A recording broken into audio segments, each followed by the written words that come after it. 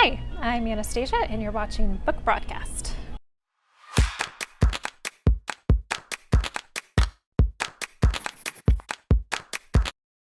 So today I'm going to talk about sci-fi and fantasy titles. Some of them are out, some of them are coming out soon. The first one is called The Library of the Dead, and it is by T.L. Huchu. This takes place in a magical future version of Edinburgh. Ropa is a 14-year-old ghost talker, and she helps ghosts that have unfinished business, but only for a fee, because she lives in poverty with her grandmother and her sister.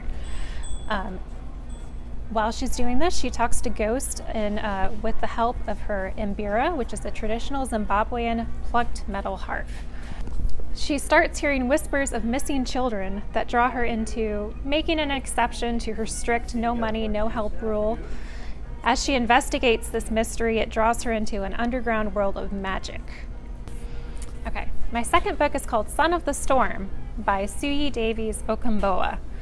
It's a bold fantasy based on West African mythology. The main character, Danso, loves hearing tales of the world outside his city of Basso, even though it's actually forbidden for citizens to know anything about the outside world. But he still has questions about his own mother, who was an outlander. As he continues to search for answers, he stumbles upon a secret that draws him into a dangerous world of power and intrigue. This one is a dazzling fantasy, and it's going to be the start of a trilogy. Okay, my next book is actually not out yet. It's called We Have Always Been Here by Lena Nguyen. In this world, this takes place in a futuristic world. A climate-altering event has rendered most of Earth uninhabitable, except for a few biodomes that are scattered around the world. Meanwhile, most people have instead left Earth to move to terraformed planets in the stars. The main character, Park, is among the few who remain on Earth, and they live in a society filled with robots that are very lifelike, very human-like. Park herself is an interesting character because, although it's never explicitly said so, she seems to be autistic, and she has always gotten along better with robots than her neurotypical peers. Those who have left Earth do so at the mercy of a company that pays their way. So as a result, most people who live in these new terraformed societies are essentially indentured servants of the Interstellar Frontier, or ISF, which is a space conglomerate.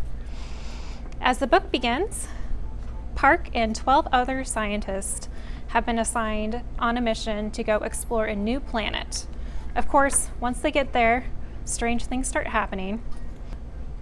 Things begin to meet that should be physically impossible, and consciousness itself is upended. Next, I have another book that is not yet out. It's called The Story of Silence. It's a retelling by Alex Myers of a French medieval poem.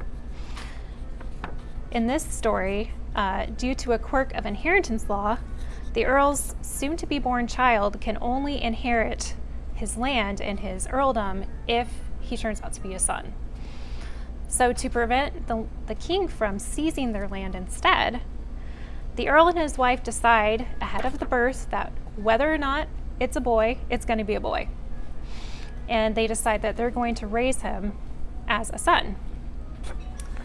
So after giving birth to a daughter, they do raise him as a son and tell him, they don't tell him anything until he is about 12 years old.